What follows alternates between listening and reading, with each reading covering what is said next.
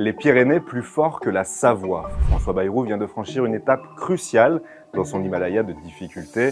Il a réussi à faire passer son budget au Parlement en résistant au vote des motions de censure. Un succès incontestable, là où Michel Barnier avait précisément échoué en décembre dernier.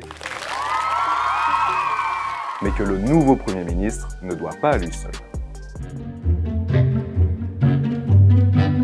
Dès sa nomination, François Bayrou a pris ses distances avec son prédécesseur. Le Savoyard avait tout misé sur la mansuétude du Rassemblement national pour durer.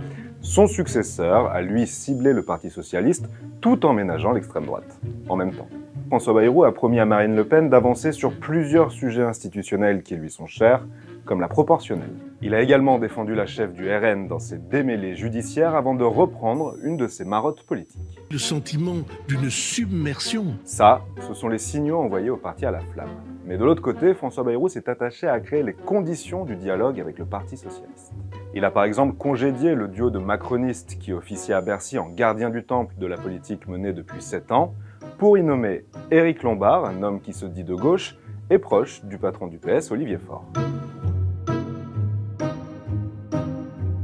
Résultat, depuis l'installation de ce nouveau gouvernement, les discussions sont presque quotidiennes entre l'état-major socialiste et les ministres de l'économie et du budget. Une nouveauté majeure pour laquelle François Bayrou peut également remercier Olivier Faure et son parti.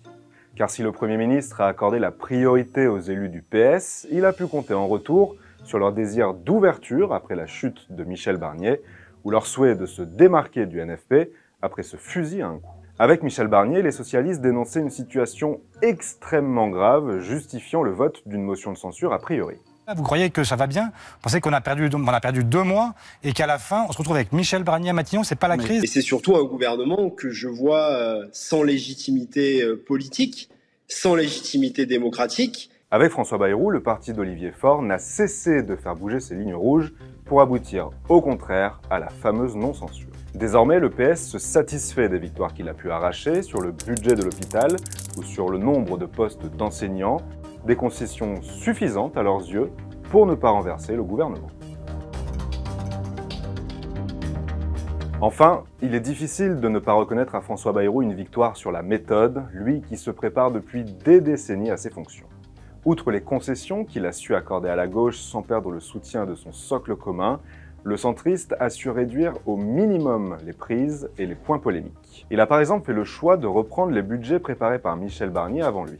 Inconvénient, il n'a pas pu faire de modifications majeures. Avantage, tous les débats éruptifs sur les coupes drastiques ou l'augmentation des impôts étaient déjà éclusés. Contrairement à son prédécesseur, il a également observé une petite cure médiatique, sans journal de 20 heures par exemple. L'idée, laisser ses ministres faire des propositions dans le débat et imposer seuls des nouveaux coups de rabot, des modifications faites à la dernière minute au Sénat. Et très honnêtement, ça ne facilite pas notre travail.